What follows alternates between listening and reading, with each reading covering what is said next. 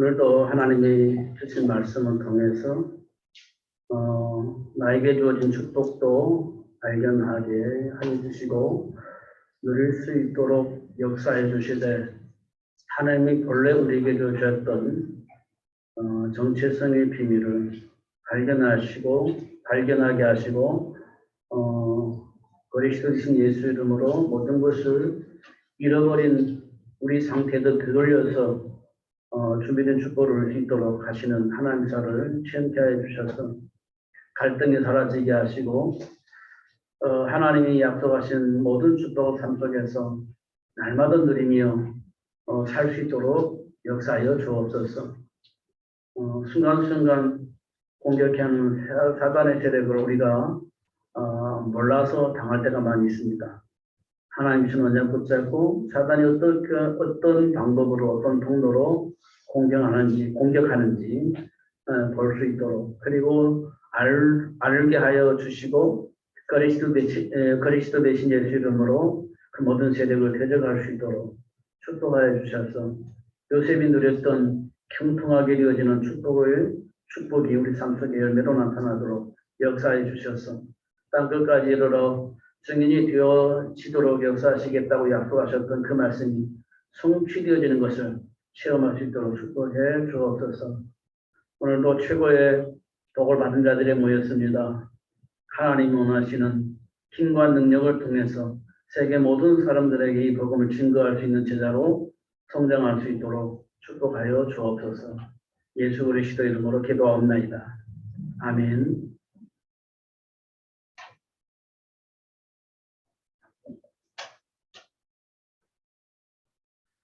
우리 인생의 참 가치를 아는 것은 매우 중요하다. 그런데 어느 날부터 참 가치가 왜곡되어져 있어서 잘 먹고 잘 사는 것에 참 가치를 두게 되어집니다. 세상의 모든 사람들이 그렇게 그런 생각을 가지고 있기 때문에 삶의 문화도 흐름도 그렇게 흘러가고 있음을 확인할 수 있습니다.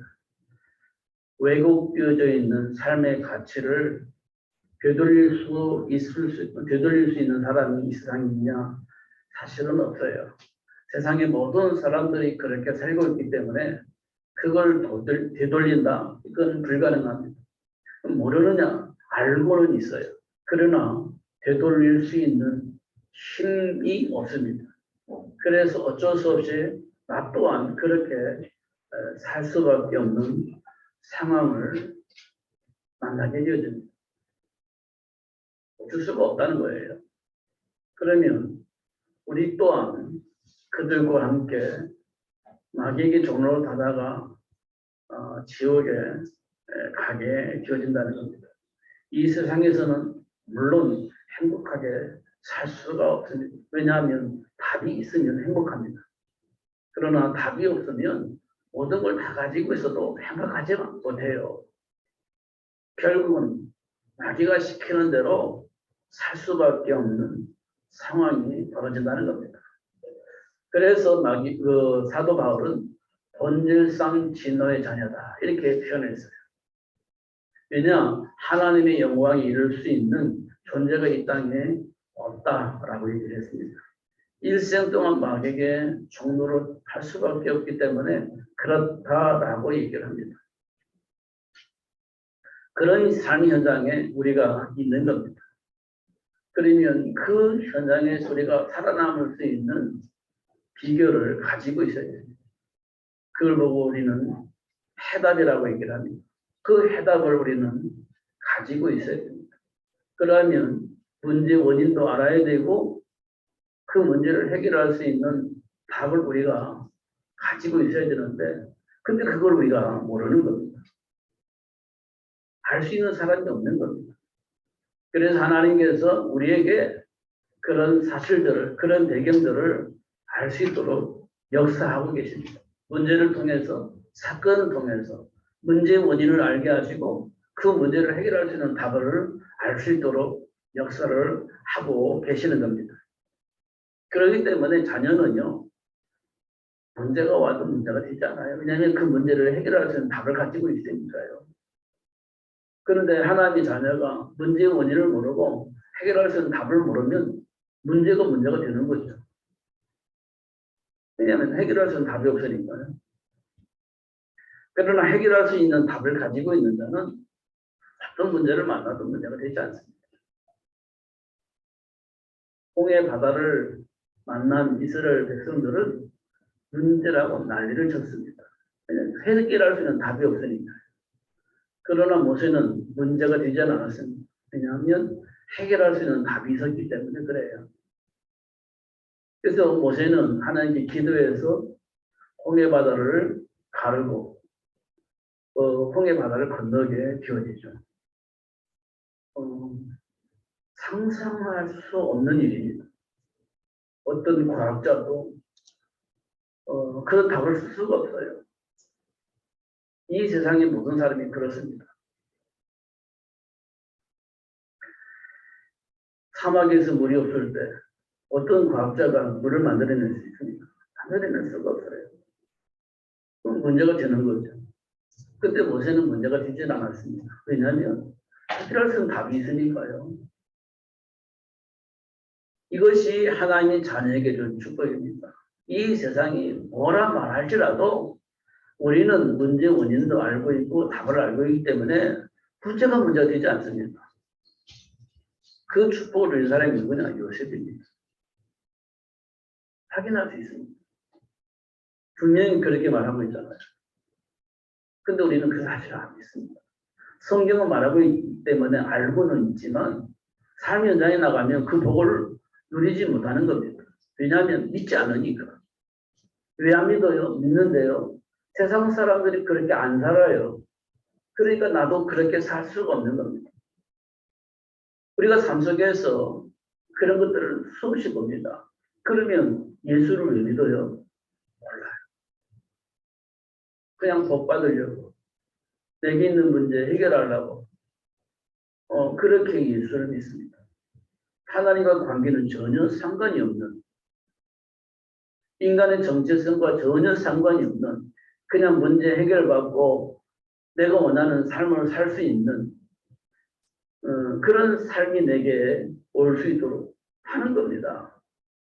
그래서 내게 오는 내가 원하는 삶이 열매가 나타나지 않으면 에이 나 예수 안 믿을래. 돌아서는 겁니다. 내가 원하는 응답이 안 오면 에이 예수 믿을 필요가 없다고 안 믿어버려요. 그런 일들이 지금 우리의 삶 속에서 벌어지고 있습니다. 예수님이 땅에 오셨죠. 오늘 제목이 그렇습니다. 마귀의 일을 멸하기 위해서 오셨다. 마귀의 일을 멸하시고 우리를 해방시켜 주시려고 오셨다. 마귀 울무에 묶인 우리를 해방시켜 주시려고 오셨다. 그 마귀의 일은 뭡니까? 몰라. 그럼 예수님은 왜 믿어요?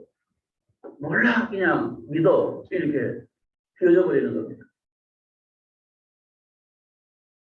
그럼 예수를 믿는 사람들은 뭐하냐? 착하게 사는 거예요. 헌신하면서 사는 겁니다. 뭔지 모르지만 본인 되려고 하는 거예요. 그럼 그게 쉬우냐? 아니요. 너무너무 어렵습니다. 하나님의 배경을 모르니 그 일을 할 수가 없어요. 그런데 해야 된다고 하니까 하려고 하니 그게 쉬운 일은 되지 않습니다. 말로 표현할 수 없는 스트레스가 오는 거예요. 그게 예수 믿는 사람이라면 예수 안 믿는 사람도 더 불행한 겁니다. 예수 안 믿는 사람은 네 맘대로 하니까 그냥 걸림돌이 없어요. 근데 예수 믿는 사람은 그렇게 살면 안 된다고 하니 얼마나 스트레스 받습니까? 마음대로 하고 싶은데 할 수도 없고 얼마나 스트레스 받겠어요. 그러니까 불신자보다 더 불행한 삶 사는 거예요. 모르니까. 이런 모습들을 우리는 확인할 수 있습니다. 아니 내 자신에게서 확인한다네요. 감정적으로 보면 말로 표현할 수 없는 스트레스예요. 그래서 막 풀고 싶은데 그럴 수가 없어. 그러니까 스트레스가 더 쌓이는 겁니다. 그래서 세상 말로 불신자들은 화가 나면 술이라도 마시잖아요. 그런데 신자들은 술도 못 마셔. 쌓이긴 쌓여있는데 풀 수가 있는 방법이 없어. 그럼 더 불행한 거지. 이 속병이 생기는 겁니다. 이런 것들을 우리가 삶 속에서 수없이 확인을 합니다. 내 안에 있는 감정을 통해서도 분명히 확인할 수 있어요. 그럼 그 감정들이 뿌리가 뭐냐는 겁니다. 원인이 뭐냐 몰라. 그냥 내 안에서 발생되는 그 원인은 뭐냐 몰라요. 배경이 뭐냐 몰라요. 성경은 사탄이라고 하는데 사탄인지 아닌지 모르겠어. 인정이 안 되는 거예요. 그러면 예수는요. 마귀를 멸하셨다고 하는데 잘 모르겠어. 이렇게까지 비워져 버렸어요. 이게 불신자 상태의 모습입니다. 하나님이 주신 축복을 모르는 신자들의 모습입니다. 그렇다면 하나님 자녀는 삶의 현장에서 문제를 왜 만나게 하셨는지 그 이유를 알아야죠. 불신자는 당연히 모르니까 그런 문제와 사건들을 만나게 되어졌지만 하나님 자녀는 왜 그 문제를 만나게 되는지, 왜 하나님은 그 문제들을 만나게 하셨는지 그 이유를 아는 것이 중요합니다. 왜냐하면 하나님은 인간을 창조하실 때 그냥 창조하신 게 아니고요. 하나님이 인간을 창조하신 이유가 있습니다. 목적이 있습니다. 그래서 하나님은 인간을 통해서 하나님이 원하시는 축복을 누릴 수 있도록 역사를 하셨거든요. 그러면 그 하나님의 자녀가 왜 문제를 만나는지, 왜 만나게 하셨는지 그 이유를 아는 것이 중요하죠. 그걸 보고 우리는 응답이라고 합니다. 문제를 만나게 하신 이유를 알게 되어진 것을 응답이라고 하는 겁니다.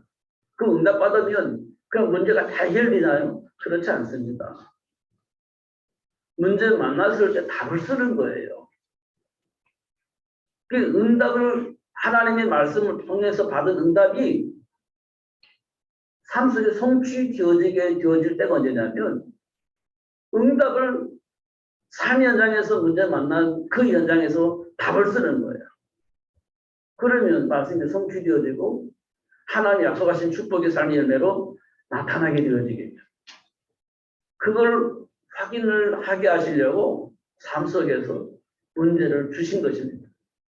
믿음이 없어서 문제가 온 게 아니고 원래 우리는 문제를 만나게 되어져 있는 겁니다. 믿음이 없어서 문제 만난 게 아니에요. 믿음이 있어도 없어도 문제를 만나게 되어져 있는 겁니다.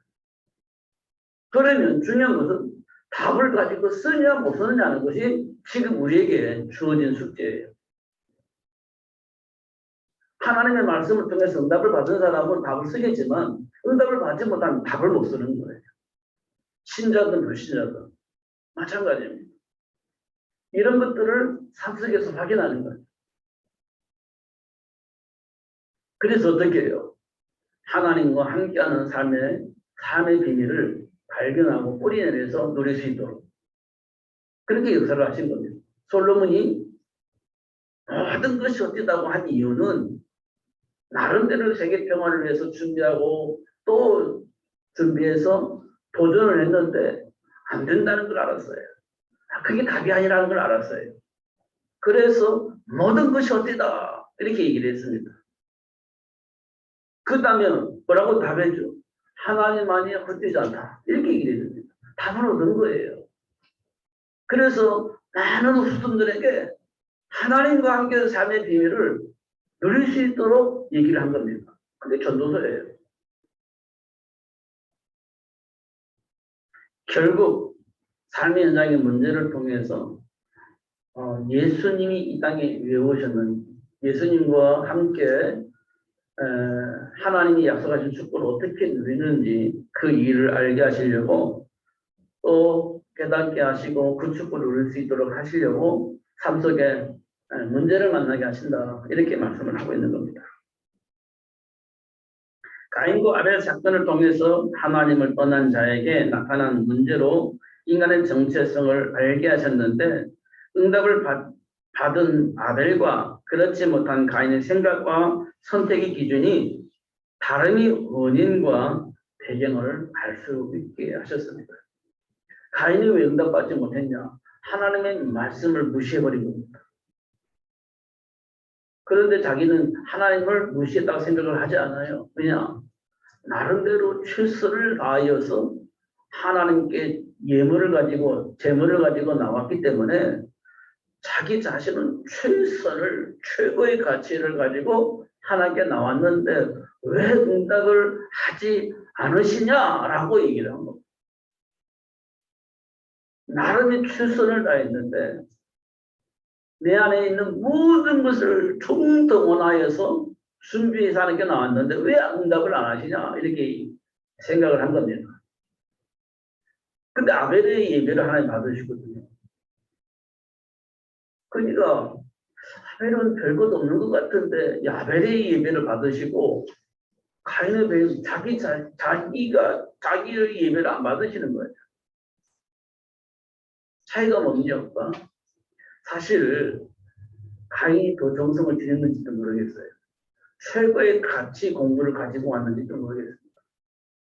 그러니까 화나겠죠. 대충 일단 내가 대충 했기 때문에 하나님 안 받으시나 보다 이렇게 생각할 수 있는데 화가 났다는 것은 최고의 가치 공부를 가지고 최선을 다해서 가지고 왔다는 거예요. 하나님 안 받으시니까 화가 나는 거예요.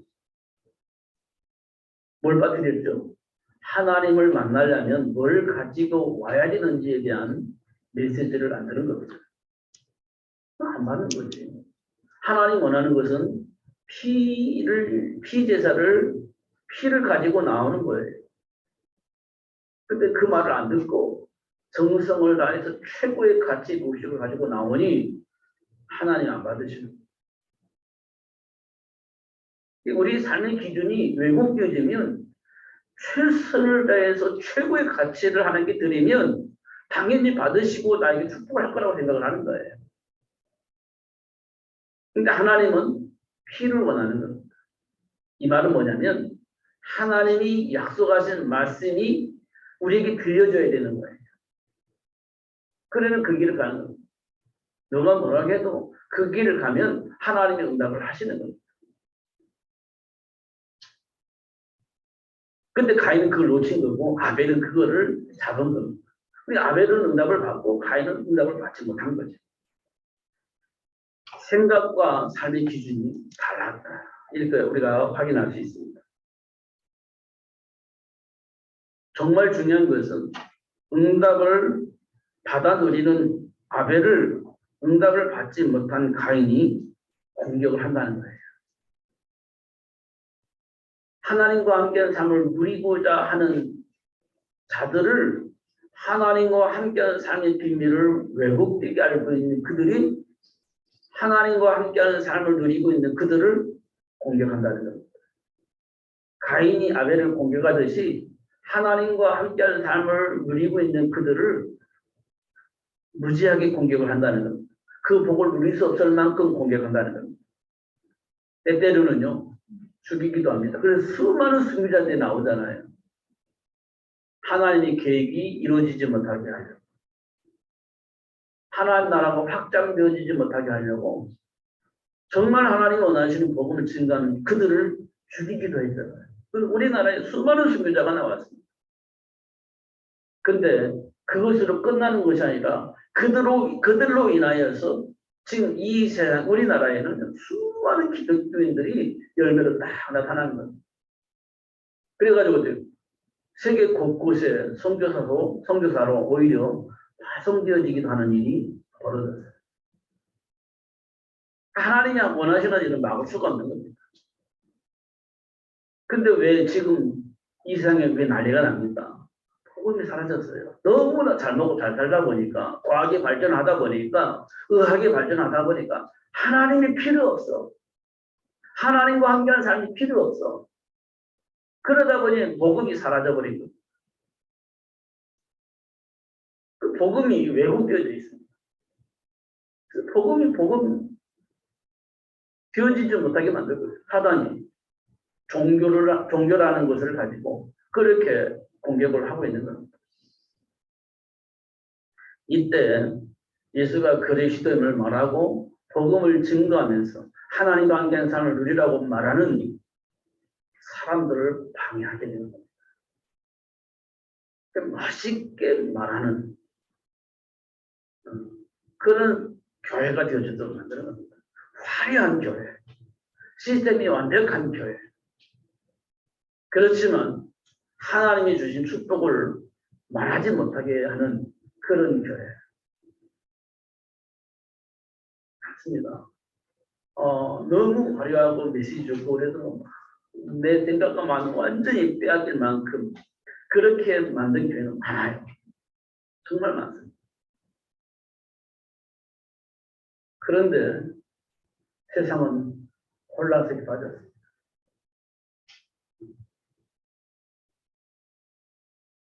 옳고 그름만 있어요. 하나님과 함께한 삶은 없어지고 옳고 그름만 남아있어요. 그래서 무슨 말하면 틀렸어. 맞네. 이렇게만 되어지는 겁니다. 하나님과 함께하는 삶은 없어져 버렸어요. 참 곤란한 세상이 되어진 겁니다. 하나님은 그런 세상을 향해서 망했다 이렇게 얘기합니다. 그러나 하나님께서 남겨놓은 그릇터기가 있다. 그 그릇터기를 통해서 세계가 복음화되어질 것이다. 이렇게 말씀을 하고 있습니다. 그래서 생육이 복이 우리에게 굉장히 중요합니다. 답을 가지고 있는 그 한 사람 때문에 세계를 복음할 수 있는 렘넌트를 생육할 수 있는 축복이 시작이 되어집니다. 저와 여러분이 답을 가지고 있으면 우리 후손들을 통해서 세계를 복음할 수 있는 렘넌트가 나오게 됩니다. 마귀의 모든 일을 드러내 알 수 있도록 하시는 하나님의 역사가 우리 삶 속에 있어요. 마귀의 일을 드러내 알 수 있도록 하나님의 역사를 하시는 겁니다. 히브리서 2장 14절에 15절에 보면 이 세상 모든 사람이 왜 마귀에게 종로를 타며 사냐. 사망 권세를 가지고 있는 마귀가 우리를 향해서 공격을 합니다. 그러면 우리는 어떻게 해요? 죽음이 기다리고 있는 겁니다. 왜냐하면 우리는 이미 뭘 가지고 있어요? 죄를 가지고 있어요. 하나님을 불신하고 떠난 죄를 가지고 있어요. 그 죄의 삭은 사망이기 때문에 사망의 권세를 가지고 있는 마귀가 우리를 쳐다보고만 했었거든요. 주는 겁니다. 왜요? 언제 죽을지 몰라. 그러면 안 죽으려면 어떻게 해야 돼요? 마귀 말을 잘 들어야 돼. 사망 권세를 가지고 있으니까. 마귀가 죽일 수도 있고 안 죽일 수도 있는 거예요. 그걸 우리 어떻게 해야 됩니까? 마귀에게 물을 끌어야지. 그래야 살 수 있는 거니까. 그잖아요. 그래서 이 세상에 많은 사람들은 하나님께 나올 수가 없는 거예요. 나온다 할지라도 죽음에 대한 두려움 때문에 다시 마귀에게 물을 끌어야 되는 상황이 되어진 겁니다. 애굽을 선택한 아브라함이 그랬습니다. 복의 근원으로 부름받았지만 기근을 만난 아브라함은요. 죽겠구나 싶으니까요. 마귀가 시킨 대로 하는 겁니다. 그래서 하나님이 주신 가나안 땅을 떠나서 애굽으로 내려가는 겁니다. 그리고 예수님이 수제자인 베드로가 예수님을 3번이나 부인하잖아요. 왜 부인했을까요? 죽음에 대한 두려움 때문에. 사망 권세를 가지고 있는 사단이 시키는 대로 부인해버린 겁니다. 그리고 예수님이 떠나버린 거예요. 그리고 다시 세된 모세를 불러서 하나님이 애굽의 사명을 주잖아요. 그런데 모세가 그 말씀을 거부해요. 왜 거부했을까요? 죽음에 대한 두려움 때문에. 가면 죽어요. 그러니까 거부할 수밖에 없는 상황이 벌어지게 되는 겁니다. 이 세상 모든 사람이 그래요. 배경은 모르지만 어떻든 거부하는 것은 죽음에 대한 두려움이에요. 그 죽음이 왜 오냐? 몰라. 그러나 죽음에 대한 두려움 때문에 그 길을 갈 수가 없는 겁니다. 근데 그 길을 누가 만들었느냐? 사망 권세를 가지고 있는 마귀가 그 길을 가게 만들어버린 겁니다. 거기에 대한 두려움 때문에 그 길을 갈 수밖에 없는 거죠. 성경은 분명히 말하고 있는 겁니다. 그러면 왜 우리가 지금까지 그렇게 살 수밖에 없었느냐 했더니 너희 아비에게서 체질이 나왔다는 겁니다. 그 삶의 기준이 마귀에게서 나왔다는 거예요. 그래서 어쩔 수 없이 나도 모르게 그렇게 행동할 수밖에 없다라고 얘기를 하고 있는 겁니다. 너희 마귀에게서 나왔다.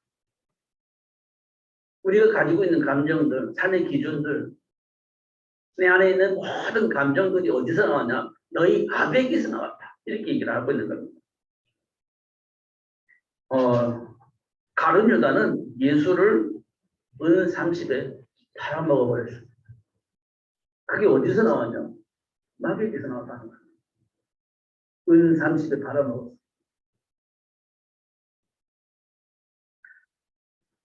그 최고의 지식을 가지고 신학을 가지고 하나님 영광을 위해서 살겠다고 했던 바리새인 중에 바울이라는 사람이 있습니다. 그런데 바울은요, 하나님과 함께 축복을 누릴 수 있는 그리스도 되신 예수를 말하는데 그들을 계속 핍박합니다. 예수가 그리스도가 될 수가 없다라고 계속해서 핍박합니다. 모든 학문을 총동원하여서 예수가 그리스도 될 수 없다고 말하면서 핍박합니다. 철학을 통해서 역사는 사단의 역사. 우리는 봐야 됩니다. 그 배경이 누구냐? 마귀에게서 나온 겁니다.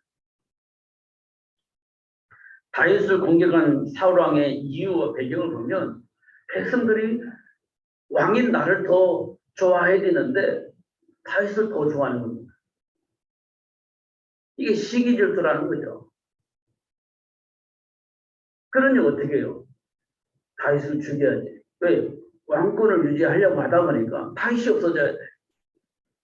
근데 다윗은 누구죠? 사울왕의 사위예요. 근데 다윗을 죽이려고 해요. 왜? 왕권을 유지해야 되니까. 그런 일들이 벌어지는 겁니다. 왜 그럴까요? 그게 마귀의 일입니다. 그게 마귀의 일이에요. 근데 우리는 현장에 보면 이 길을 갈 수밖에 없는 거예요. 마귀의 일을 모르니 이 길을 가는 거예요. 누구나 할 것 없이 이 길을 가는 겁니다. 다윗을 죽여야 되고, 그리고 예수가 그리스도로 말하는 사람을 짓밟아야 되고, 그렇게 되어져야 되는 겁니다. 그래야 내가 내 자리를 지탱할 수 있으니까. 내가 원하는 말을 하면서 세상을 바꿀 수 있을 거라고 생각하니까 그 길을 갈 수밖에 없는 겁니다. 이 땅에 많은 사람들이 사로잡힌 이유를 그렇습니다. 내가 원하는 그 삶을 세상 사람들이 살아야 돼. 그래야 세상에 행복해질 것 같아. 그래서 자기 것을 자꾸 강조를 하는 겁니다. 반대하는 사람은 짓밟아 버려야지. 더 이상 나오지 못한 겁니다. 이게 세상의 모습입니다. 근데 그 세상의 배경이 누가 있냐? 사탄이 있습니다.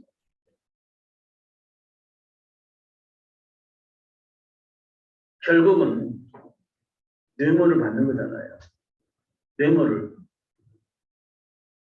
이 세상에 많은 사람들이 조직 속에 뇌물을 받잖아요. 그래가지고 왜곡시켜버리지 않습니까? 그 배에 누가 있어요? 사단. 그러니까 세상을 바꿀 수가 없는 겁니다. 그러려면, 그걸로 해결하려면 정체성을 회복해야 돼요. 그러면 하나님을 내 인생의 배경으로 누리며 살 수 있어요. 정체성을 회복하면. 그러나 정체성을 회복하지 못하면 하나님을 내 인생의 배경으로 누릴 수가 없어요. 그럼 어떻게 되겠습니까? 사망 문제를 가지고 있는 사단에게 굴복해야지. 할 수밖에 없는 거지. 감당이 안 되니까 무릎 꿇어야 되는 겁니다. 근데 정체성을 회복하면 사망 권세를 가지고 있는 사단에게 굴복할 필요가 없게 되어지는 걸 확인할 수 있어요. 왜냐? 사망 권세를 가지고 있는 마귀를 박살내고 승리하셨기 때문에 그 사망 권세가 나에게 영향을 입힐 수가 없다는 걸 확인할 수 있어요. 그럼 무릎 꿇을 필요가 없어요. 근데 모르면 무릎 꿇어야 되는 거예요. 이 세상은요. 그래서 안 되는 거예요. 세리원이 나와도 안 되고 엘리야도 나와도 안 되고 예레미야 나와도 안 되고 그 누구도 나와도 안 돼요. 왜냐? 사망 권세를 가진 마귀를 이길 수 있는 비밀 되신 예수를 모르면 안 되는 겁니다. 근데 많은 사람들은 그걸 모르니까 세례요한이 나오면 될 것이다. 엘리야가 나오면 될 것이다. 예레미야가 나오면 될 것이다. 메신저가 나오면 될 것이다. 라고 얘기를 하는데 답이 아니라는 겁니다. 그리스도를 알아야 된다는 거예요. 그럼 그리스도를 알면 문제가 해결되냐? 그렇습니다. 왜냐? 예수님이 오신 이것은 마귀를 멸하고 해방시켜 주셨기 때문에 예수 외에는 방법이 없는 겁니다. 요한복음 14장 예수님께서 말하자면 내가 곧 길이요 진리요 생명이다. 이렇게 얘기를 합니다. 이건 수없이 들었던 얘기인데 마음에 안 와닿죠. 그냥 문제 오니까 막 위기 속에서 어떻게 해야 될지 알지 못하고 힘들어 하잖아요. 그때 예수님께서 우리에게 말하기를 말해요. 내가 곧 길이요 진리요 생명이다. 이렇게 얘기한다면 답이 되는 건데 이게 알고는 있는데 답이 되어지질 않는 겁니다. 그게 답을 쓸 수가 없지.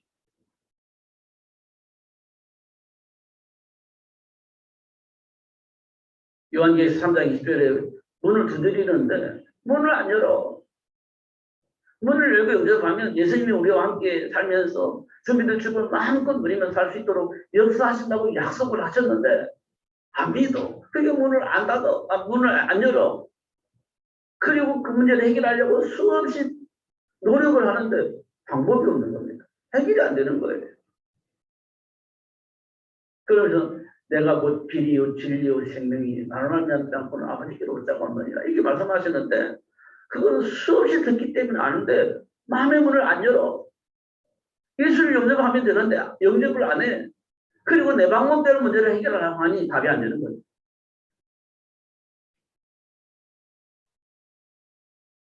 마태복음 12장에 이렇게 되어 있어요.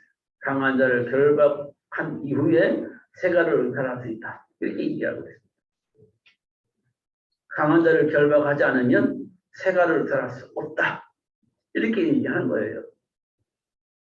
그럼 강한 자를 어떻게 결박해요? 예수 이름으로. 사단의 권세를 꺾으신 예수 이름으로 그 결박되어지는 겁니다. 근데 예수를 안 믿어. 그럼 결박 안 되지.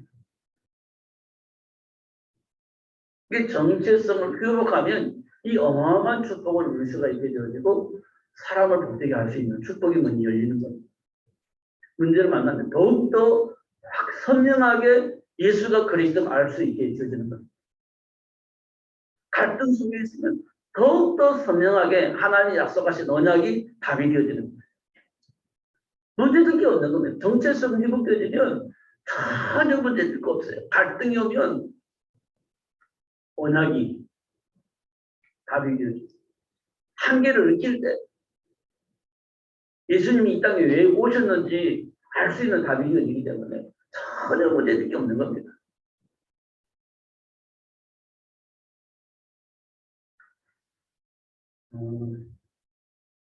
제가 요즘 예수를 위대한 이유와 그 안에 주는 축복이 이해가 되어지니까 정말 감사합니다.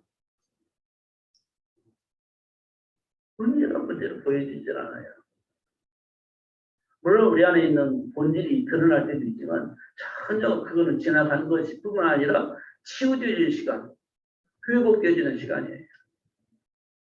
그러니까 왜 그래? 아니요. 왜 그래가 아니라 그 사람이 가지고 있는 본질이 치유받는 시간, 회복되어지는 시간이에요. 정체성을 확인해 보면 딱 그래요. 문제가 아니에요.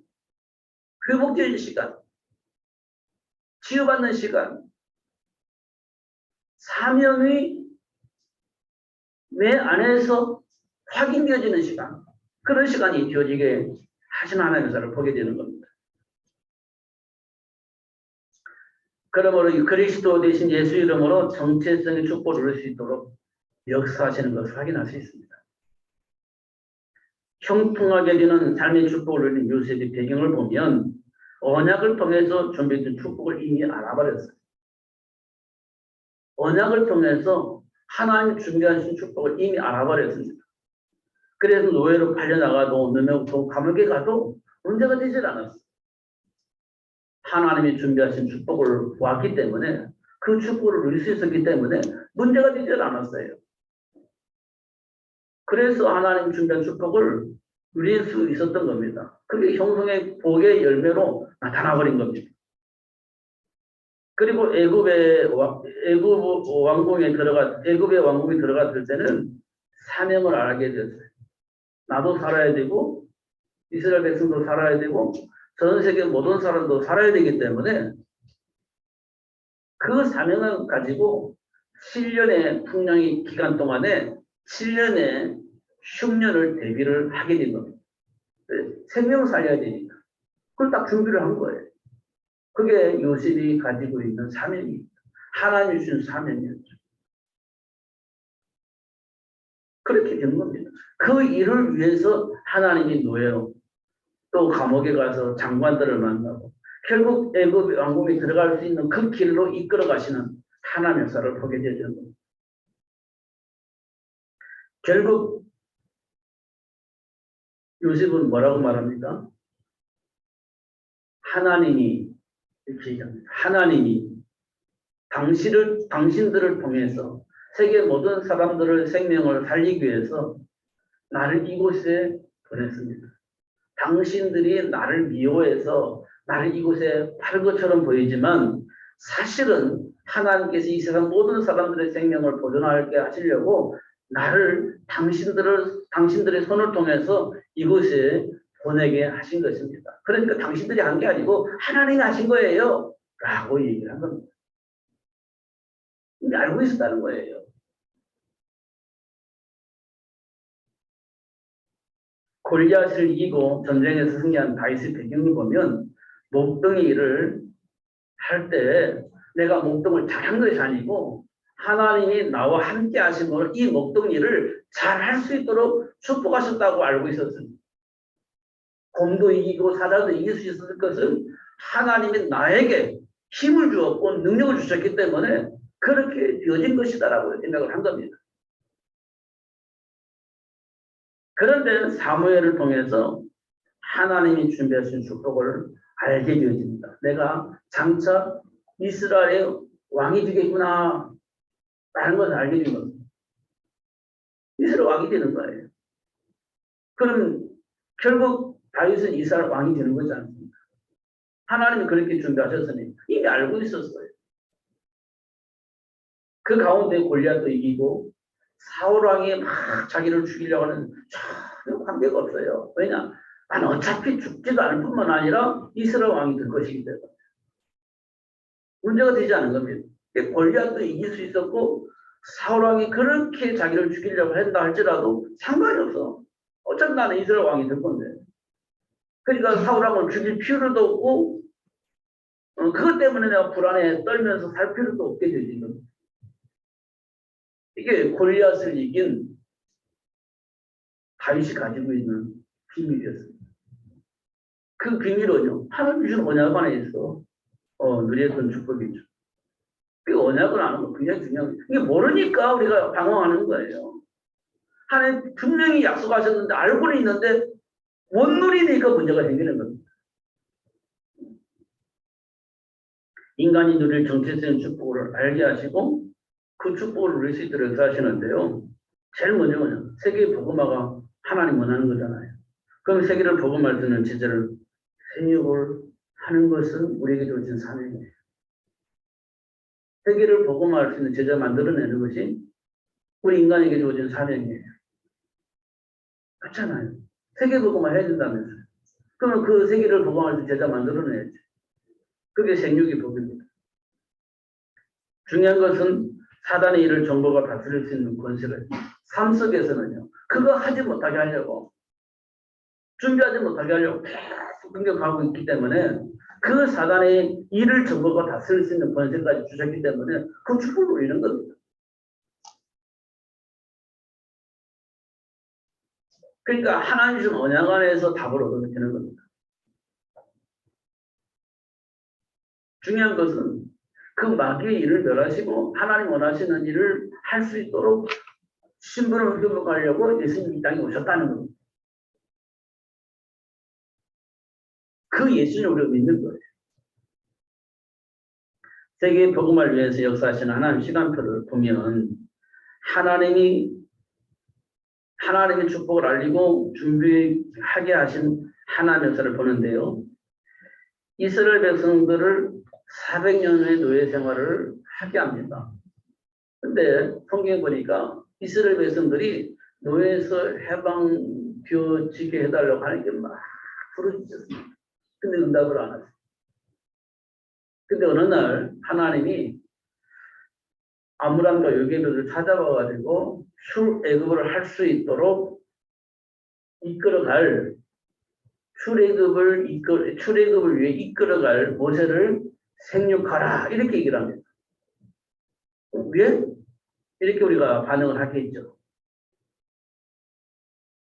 아니 지금 우리는 출애굽이 중요한데 출애굽을 위한 모세를 만들라고요? 그럼 언제요? 몰라. 그럼 만들면 출애굽이 돼. 언제요? 몰라. 참 답답하죠. 중요한 것은 모세가 태어나면 출애굽은 되어진다는 겁니다. 때와 시기는 하나님이 정하신 것이기 때문에 몰라. 근데 모세는 40세가 됐을 때 출애굽을 위해서 도전을 해요. 근데 실패를 합니다. 그럼 언제? 80 노인이 된 모세를 불러서 출애굽을 하라고 합니다. 그때는 못해, 안 해, 이렇게 되는 거예요. 시간표를 봐보세요. 모세는 자기 힘으로 또 자기 배경을 통해서 안 돼, 자기 힘으로 할 거야, 이 모습을 보는 겁니다. 하나님은 당신의 배경을 통해서 출애굽의 역사가 일어나는 걸 원하는데 자기 힘으로 한다. 자기 힘이 없으니까 안 해. 이렇게 되어지는데 하나님은 하신다는 겁니다. 400년 노예 생활을 모세를 통해서 해결하시는 것을 볼 수가 있어요. 하나님과 소통이 없는 시대. 응답을 받지 못해. 말씀을 받는데 응답을 못 받아. 하나님이 원하는 게 뭔지를 몰라. 누릴 수가 없는 거예요. 소통이 끊어진 겁니다. 그때 하나님께서 사무엘을 준비를 하시는 겁니다. 누구를 통해서? 문제 속에 답이 없는 한나를 통해서 하나님이 뭘 원하시는지를 알 수 있도록, 그래서 사무엘을 준비하게 하시죠. 그래서 사무엘은 뭐 해서 미스터 운동을 한 거지 않습니까? 관계 회복하면서 하나님 배경을 누리며 살 수 있도록 미스터 운동을 한 거죠. 로마의 소속인 이스라엘 백성들을 그룹했던 사도 바울이 하나님께로 부름받아서 로마를 복음화할 수 있도록 그렇게 축복하신 것을 확인할 수가 있습니다. 우리가 가지고 있는 선입견으로는 도저히 받을 수 없는 응답입니다. 그러나 하나님께로부터 오는 응답을 받으면 선입견이 사라지고 하나님 주며 축복을 얻을 수 있게 되어지는 것을 확인할 수 있습니다. 지금 우리 안에는요, 선입견이 대단합니다. 선입견이 있잖아요. 율법주의 사고 속에 있는 선입견이 대단합니다. 그것이 깨어져야 하나님이 주며 축복을 얻을 수 있습니다. 그러면 그 일을 누가 하냐? 하나님. 선입견을 깨트리는 겁니다. 문제와 사건을 통해서. 하나님이 약속하신 언약이 성취되어지는 것들을 통해서 내 안에 뿌리 내려진 선입견을 깨트려지는 겁니다. 그래서 하나님이 준비하신 축복과 사명을 발견한 자는 이런 고백을 합니다. 하나님이 생명을 구원하시려고 나를 이곳에 보냈는데 당신들의 손을 이용을 한 겁니다. 이렇게 얘기를 한 겁니다. 선입견이 깨지는 겁니다, 이게.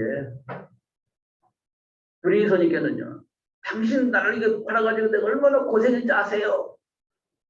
이게 이제 우리가 가지고 있는 반응인데, 하나님 주신 축복을 발견하니까, 당신이 나를 이것에 놓여 팔아가지고 내가 죽을 뻔했어요. 이런 말이 아니라, 하나님이 당신들의 손을 통해서 이 세상 모든 사람들의 생명을 살리려고 보냈습니다. 이렇게 되는 거예요. 전혀 다른 반응이지 않습니까?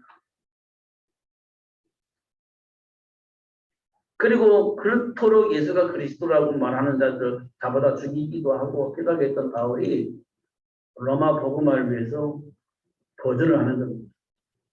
로마도 도와야 돼. 그렇기 때문에 예수님이 오셨고 그 예수님이 이 세상 모든 사람이 필요하고 이 세상 모든 사람이 영향을 비고 있는 로마를 복음으로 살려야 이 세상에 살 수 있다. 준비하고 도전하는 겁니다. 전혀 다른 생각과 삶이 비워지는 것을 확인할 수 있어요. 삶의 현장에서 하나님이 준비하신 복을 누린 자가 있습니다. 로마 복음화를 이룬 바울이 뭘 준비했냐? 전도 제자와 전도 시스템을 만들었습니다. 로마 복음화를 위해서 전도 제자와 전도 시스템을 곳곳에 만들었습니다.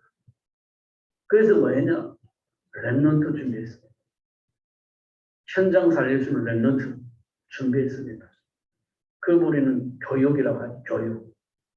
훈련. 그 렘넌트들이 교육과 훈련을 받은 겁니다. 로마 복음화를 위해서. 그런 제자를 만들어낸 겁니다. 그리고 그 제자를 곳곳에 파송한 거예요. 영향을 입힐 수 있을 만큼 실력을 가지고 영향을 입힌 겁니다.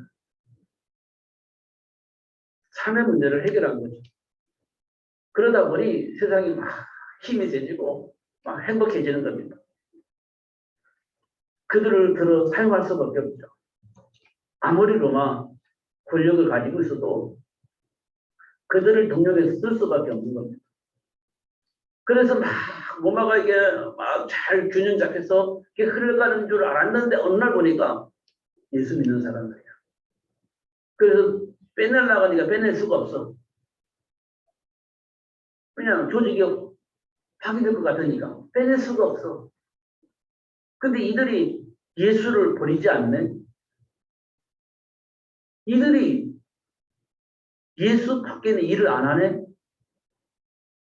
그러니까 또 이걸 빼내려니까 조직이 와야 될 것 같으니까 우리 다 예수 믿자. 이렇게 돼버린 겁니다. 그게 로마 복음화입니다. 그게 250년 만에 완성된 거예요. 세계 복음화는요. 로마가 복음화 되어질 수 있는 그 시스템 우리가 가지고 있어야 세계 복음화 되어지는 겁니다. 그러려면 제자 만들어야죠. 그러려면 시스템 만들어야죠. 근데 우리가 하려고 하니까 힘들어. 내 할 일 바쁘고 내가 하고 싶은 것도 많고 그럼 못하는 거죠. 안 되는 겁니다. 마음의 소원을 세계 복음화인데 먹고 사는 일이 바빠. 그럼 안 되는 거예요. 왜 다른 길을 선택할 것이니까.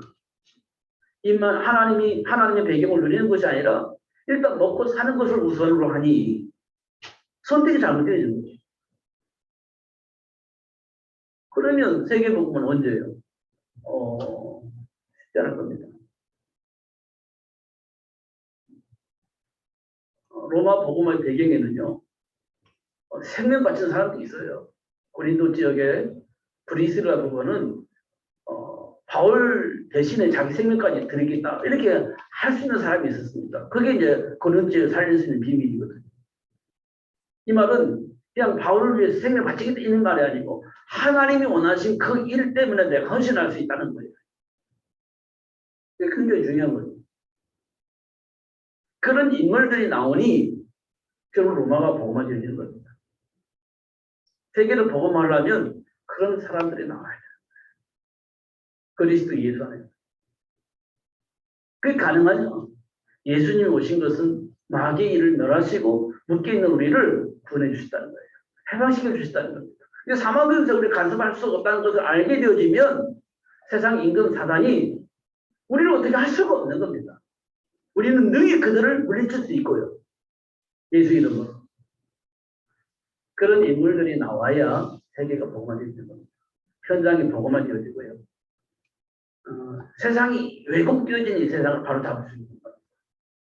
저와 여러분이 그 일을 위해서 부름을 받았다는 겁니다. 그 이름으로 세계를 바꾸시는 여러분 되시기를 예수님으로 축복합니다. 기도하겠습니다. 살아계신 하나님 아버지 감사합니다.